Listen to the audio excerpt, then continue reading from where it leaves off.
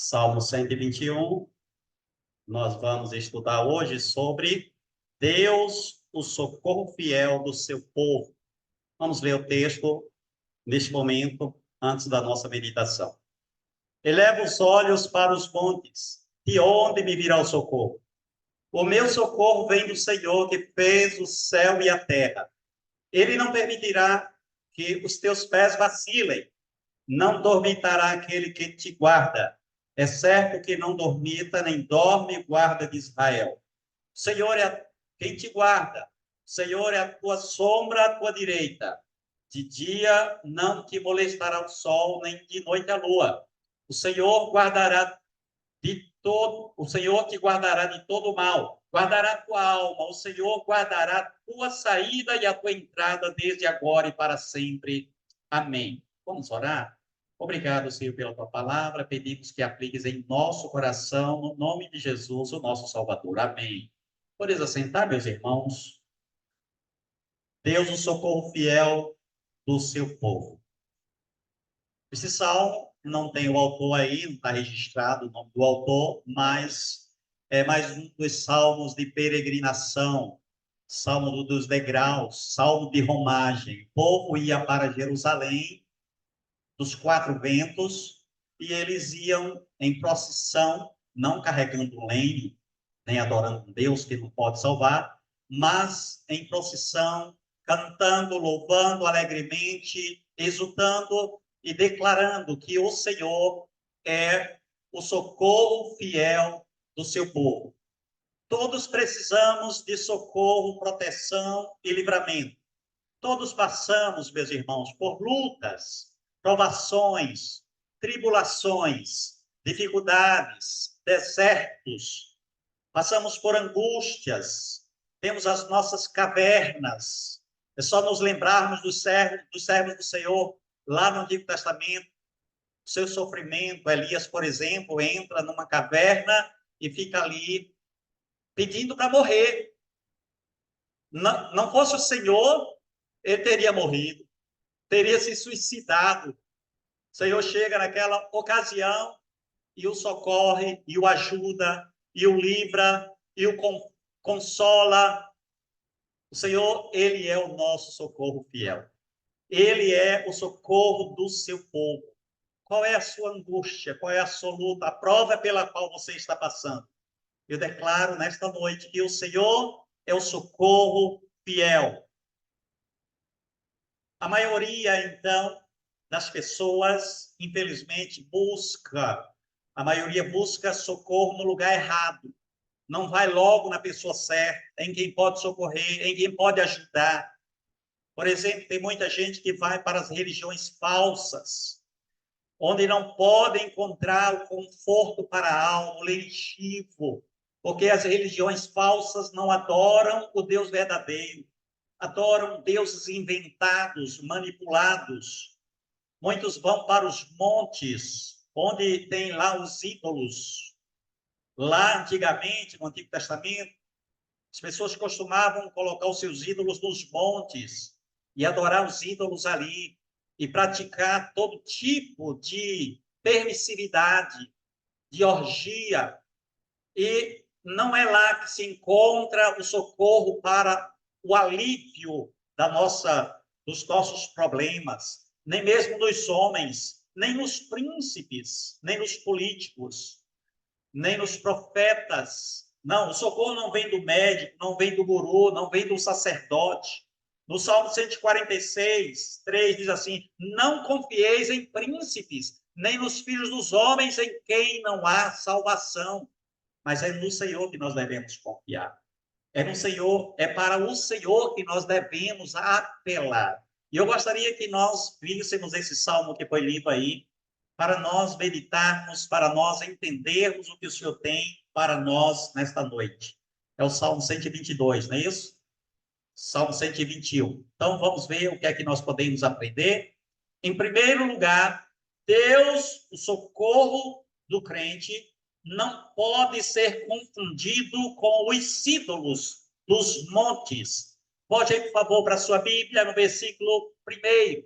Assim diz: eleva os olhos para os montes. De onde me virá o socorro? É uma pergunta. O salmista faz essa pergunta porque ele sabia muito bem que eram nos montes que os pagãos costumavam colocar os seus ídolos, né? Os seus supostos deuses. Eram nos montes. Vale é o lugar de muito sofrimento, de muita tristeza, de medo. E os montes supostamente têm os deuses, mas não é do monte que vem o nosso socorro. Quando passamos por provas, onde é que nós estamos buscando o nosso socorro? Não pode ser nos deuses manufaturados, nem nos ídolos das cachoeiras, nem nas imagens das encruzilhadas, nos ídolos mudos e surdos, ídolos que não podem fazer nada, nem bem nem mal. Quando alguém adora ídolo, não adora o ídolo em si, mas é a demônios, diz a Bíblia, a palavra de Deus. Nós adoramos o Senhor, nós apelamos para o Senhor, nós glorificamos o Senhor. Não é também nos homens fracos e maus, nem na ciência que está o nosso socorro. A ciência que os arrogantes acham que é a solução. Por exemplo, Nietzsche, que foi um filósofo alemão do século XIX, disse que Deus está morto. E eu pergunto, quem é que está morto? Quem é que está morto? É Deus ou ele? Ele está lá apodrecendo no túmulo. Ele afirmou isso e ele é que morreu. E vai perecer eternamente, porque não reconheceu a soberania de Deus, senhorio. Fred Hoyle, né? Parece assim que pronuncia o nome, ele inventou a teoria do Big Bang. A origem do universo se deu a partir da expansão violenta de uma partícula muito densa e extremamente quente que teve início há 13 bilhões de anos aproximadamente. Isso não passa de uma invenção, uma mente fértil, de uma mentira. 13 bilhões de anos? O mundo não tem mais que 6.000 anos? E estes filósofos, estes que inventam, o Big Bang, vocês sabem que é essa teoria, a teoria de que a origem do universo vem de uma pequena partícula, de um grão simples que explodiu e que apareceu este mundo bonito aí. E acredite, os homens acreditam nessa besteira. As universidades ensinam essa besteira. As escolas ensinam essa besteira. E o que falarmos de Charles Darwin, ele que disse que o homem veio do macaco, né, com a sua teoria da evolução. Ele publicou o livro A Origem das Espécies em 1859. Agora, eu pergunto, quem foi que veio do macaco? Só se foi ele, porque eu vim de Deus. Nós viemos de Deus, foi Deus que nos criou. E quem nos criou é poderoso o suficiente para nos socorrer, para nos ajudar, para nos auxiliar. Quem nos criou é sábio e poderoso.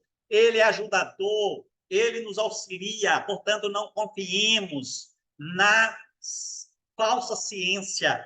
É bem verdade que a ciência bem feita, que é subserviente à teologia, à palavra de Deus, ela, diríamos, vem do próprio Deus. A ciência é o estudo, né? O homem estuda e vai descobrindo coisas. Só que o homem quer suprimir Deus, quer substituir Deus pela ciência. Então, meus irmãos, nós precisamos apelar para o Senhor. O nosso socorro vem do Senhor. Agora, será que o nosso socorro pode vir da ciência, cujos homens são volúveis, esses homens que falam tanta besteira, fruto da sua imaginação fértil, poluída, sua imaginação depravada, sua imaginação corrompida, carcomida pelo pecado? O que é impressionante é que o mundo acompanha essa gente. O mundo acompanha essa gente significa dizer que abandona os caminhos do Senhor, abandona a palavra de Deus, o que é muito lamentável. É para a sua própria destruição, é para a sua ruína. Agora, será que o nosso socorro está nas idolatrias e orgias das montanhas? Veja o que diz a palavra de Deus lá em Jeremias 3:23. Na verdade, os outeiros não passam de ilusão, nem as orgias das montanhas. Com efeito, no Senhor nosso Deus está a salvação de Israel. Então, a salvação de Israel, então a salvação do povo de Deus está no Senhor, não nestas coisas. O nosso socorro vem do Senhor. Segundo lugar, por que devo buscar socorro no Senhor? Né? Uma pergunta muito pertinente, e a palavra de Deus vai responder a partir do versículo 2. Então, em primeiro lugar, eu busco socorro no Senhor, porque Ele é o Criador. Veja aí, por favor, na sua Bíblia. Versículo 2. O meu socorro vem do Senhor que fez o céu e a terra. Diferentemente do que pensam os ateus, os agnósticos, os idólatras, os mentirosos, os seguidores do anticristo, o nosso Deus é o Criador do céu, da terra e de tudo que existe. E é nele que nós buscamos o nosso socorro. O meu socorro está aqui na primeira pessoa do singular, o meu. E certamente você também dirá o meu. Cada um de nós vai dizer o meu. Agora, nesse momento, não me interessa se ele é o teu. Agora, ele é o meu. Então, você também tem que afirmar: o meu socorro vem do Senhor, que fez o céu e a terra. Sim, quem fez o céu e a terra tem poder mais do que suficiente para socorrer, para ajudar, para libertar, para perdoar, para transformar, para nos auxiliar. E é para ele que apelamos, é nele que esperamos. Os apóstolos disseram, ou o apóstolo Paulo disse lá em Atos 17:24, quando ele estava lá evangelizando. Lembra lá quando ele estava evangelizando em Atenas? Olha as palavras dele, lá em Atos, capítulo 17:24 em diante, diz assim: o Deus que fez o mundo e tudo que nele existe, sendo ele Senhor do céu e da terra, não habita em santuários feitos por mãos humanas, nem é servido por mãos humanas como se de alguma coisa precisasse, pois ele mesmo é quem a todos dá a vida, respiração e tudo mais. De um só fez toda a raça humana para habitar sobre toda a face da terra, havendo fixado os tempos previamente estabelecidos e os limites da sua habitação. Então, na sua evangelização, na sua explicação para os atenienses, o apóstolo Paulo diz que foi Deus que criou o mundo e tudo que existe. Criou o céu, a terra, criou todas as coisas.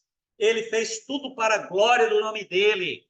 Então é ele que pode socorrer. Em segundo lugar, nós buscamos socorro no Senhor. Né? O segundo motivo pelo qual eu me refugio no Senhor é que ele não deixará vacilar o teu pé, o meu pé, os nossos pés. Não é isso que diz aí no versículo 3?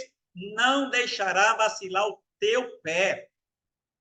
Ele não permitirá que os teus pés vacilem, na outra versão. Acredite, se você confiar no Senhor e o buscar, ele não vai deixar você cair. Agora, quem tem confiado no seu próprio braço, na sua força, essa pessoa está prestes a cair, porque a Bíblia diz: aquele que pensa que está em pé, cuidado para que não caia. O Senhor é proteção absoluta, é nele que nós devemos confiar, é para ele que nós devemos apelar e esperar na sua graça, na sua misericórdia. Terceiro lugar, o Senhor não dorme jamais. Por isso que nós buscamos socorro no Senhor. Versículo 3 diz assim, a parte B: Aquele que te guarda não tosquenejará. É certo que não dormita nem dorme o guarda de Israel. Agora, você vê aí um contraste gritante entre o Deus verdadeiro, vivo, perfeito, que não dorme, que não dormita, que não vacila, e os falsos deuses, os deuses inventados que nem podem abrir os olhos, que nem podem falar, que nem podem andar, nem ouvir, são mortos. Mas o nosso Deus, ele está vivo e não dorme, e não vacila. O texto é bem claro em dizer que ele não dormita, nem dorme o guarda de Israel, provavelmente fazendo uma referência aos guardas. Lembra lá os guardas que ficavam nas muralhas guardando a cidade? Então, tem esses vigias. Pensem nos vigias noturnos que tem que ficar o tempo todo ali vigiando, guardando, seja uma casa, seja um comércio, seja algum local ou a própria cidade. Eles, eventualmente, vão cochilar, eles vão vacilar, vão dormir, porque eles são humanos, porque eles são fracos. O homem é fraco, mas Deus não. Ele não dorme, ele não vacila, ele não cochila, ele não tosqueneja, como diz o texto aí. O Senhor não se cansa, não se fatiga, não dorme jamais.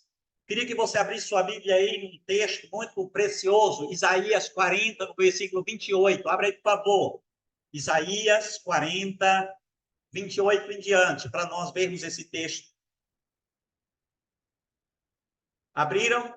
Isaías 40, 28 em diante. Diz assim: Não sabes, não ouviste que o eterno Deus, o Senhor, o Criador dos fins da terra, não se cansa, nem se fatiga, não se pode esquadrinhar o seu entendimento, faz forte ao cansado e multiplica as forças ao que não tem nenhum vigor. Os jovens se cansam e se fatigam, e os moços de exausto caem, mas os que esperam no Senhor renovam as suas forças, sobem com asas como águias, correm e não se cansam, caminham e não se fatigam. Que texto bonito, que texto precioso. Quarto lugar, o Senhor é como uma sombra protetora.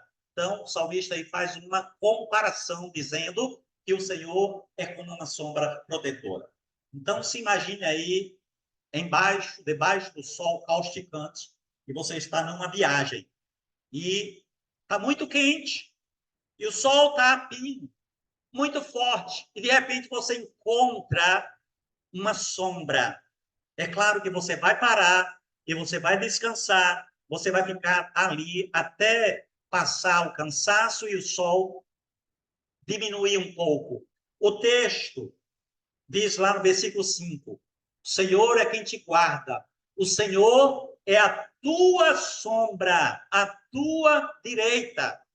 Veja, nós nos cansamos, ficamos fatigados, ficamos angustiados, tristes, o pecado nos cansa, né? Os problemas da vida nos cansam, passamos por lutas, as doenças também nos cansam e nos entristece, mas o Senhor é a nossa sombra. O Senhor nos alivia, o Senhor nos ajuda, como nós descansamos debaixo de uma sombra. A nossa casa, ali onde nós moramos, ela fica é a última casa lá onde vocês já bem conhecem. Então, é uma baixa, né? Vai descendo, descendo, a nossa é a última. Por ser a última, a casa vizinha fica na parte mais alta. Então, tem a casa vizinha, depois a nossa. E aí, à tarde, adivinha quem é que recebe o primeiro sol? A casa vizinha. E ela é mais alta do que a nossa, por causa justamente do declive, né? Terreno acidentado, aí a gente é protegido é guardado por aquela sombra da casa vizinha. Pois é mais ou menos isso. O Senhor é sempre esta sombra que nos faz descansar. Nós nos descansamos nele. Nós confiamos nele, esperamos nele todos os dias. E o salmista do Salmo 91 disse lá no versículo 4, cobrir-te-á com as suas penas, e sob suas asas estarás seguro. A sua verdade é pavês e escudo. Então, o Senhor nos cobre, nos protege. Aqui uma outra figura de linguagem, como que uma galinha que protege os seus pintinhos com as suas asas. O nosso Deus nos protege também, nos guarda com as suas asas contra o laço do passarinheiro, a peste perniciosa, os inimigos, todos os males. O Senhor nos guarda e nos protege. Quinto lugar, o Senhor é mais forte do que os nossos inimigos. Volte, por favor, versículo 6. De dia não te molestará o sol, nem de noite a lua. Nós sabemos que o sol é bom, mas se ele não for controlado, se nós não formos protegidos dele, ele poderá ser uma arma mortal. Então, acredite, o Senhor está dizendo na sua palavra que o sol não vai nos molestar. Quem sabe numa palavra figurada dizendo que o mal não vai nos atingir.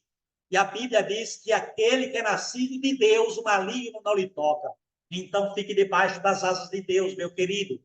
Não saia de debaixo das asas de Deus. Tem gente que está se aventurando a se afastar. Tem gente que está se aventurando a ficar longe. Imagine aí, vamos imaginar algo aqui. Uma galinha cheia de pintinhos. E está lá no mato, né?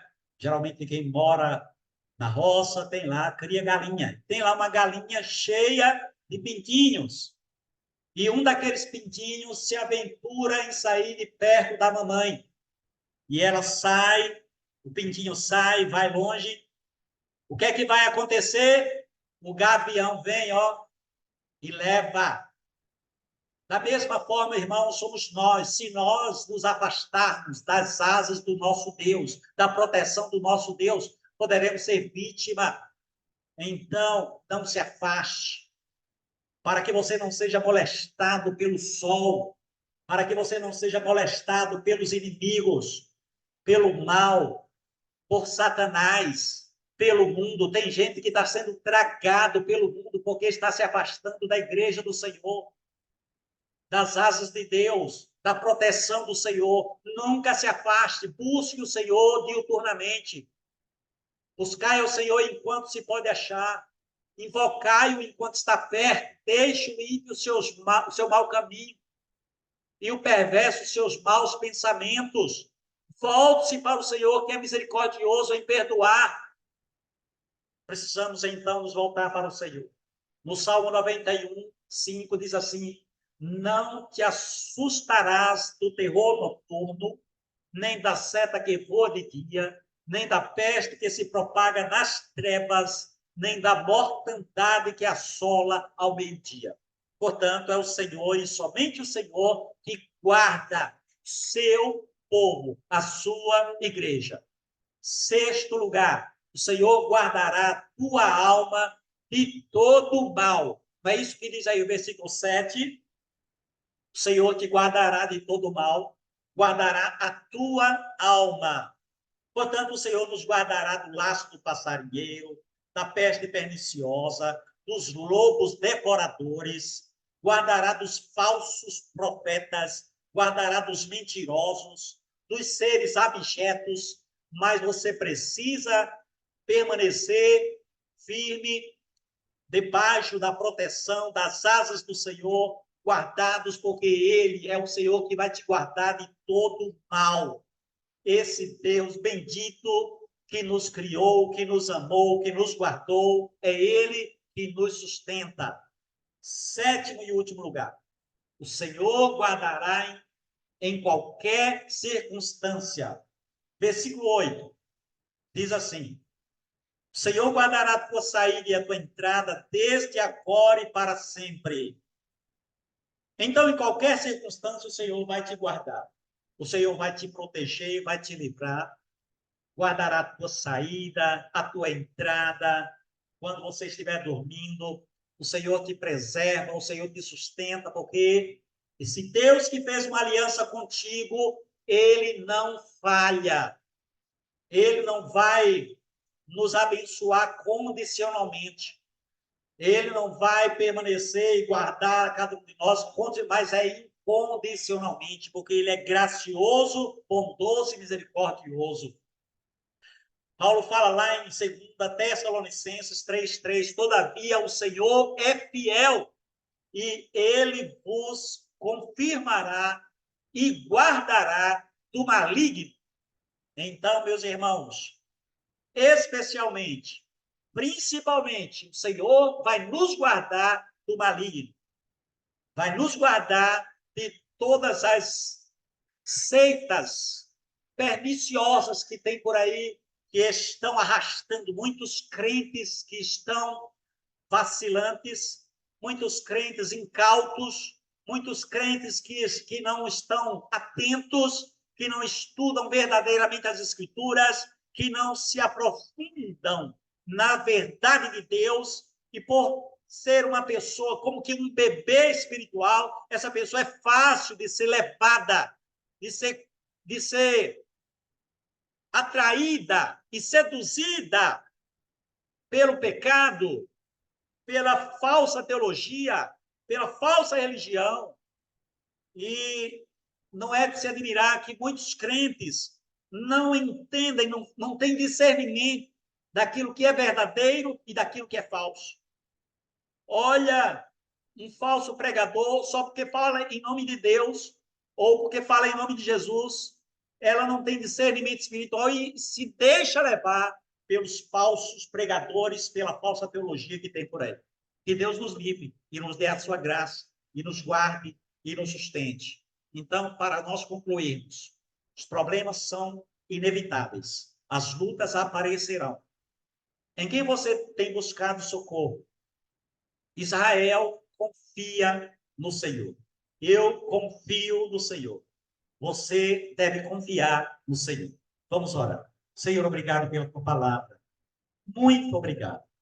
Pedimos que o Senhor aplique em nosso coração e nos ajude para que nós possamos confiar inteiramente em Ti. Senhor, nos livra de cairmos em tentação. Não permitas que confiemos em nós mesmos, mas no Senhor. O Senhor é o guarda fiel do seu povo. O Senhor protege, o Senhor livra. Nos ajuda para que nós possamos, Senhor Deus, permanecer firmes. Não permitas que vivamos uma vida, Senhor Deus, fraca, negligente, omissa, mas que nós estudemos, cresçamos e amadureçamos a tua presença. Enche a tua igreja com poder, Senhor. Poder do alto, unção. Que o Espírito Santo nos revista mais e mais e nos capacite para vivermos uma vida vitoriosa na tua presença. Queremos confessar os nossos pecados e as nossas fraquezas e pedir que o Senhor renove as nossas forças. Nós oramos gratos em nome de Jesus, o nosso Salvador. Amém. Vamos passar agora um tempo.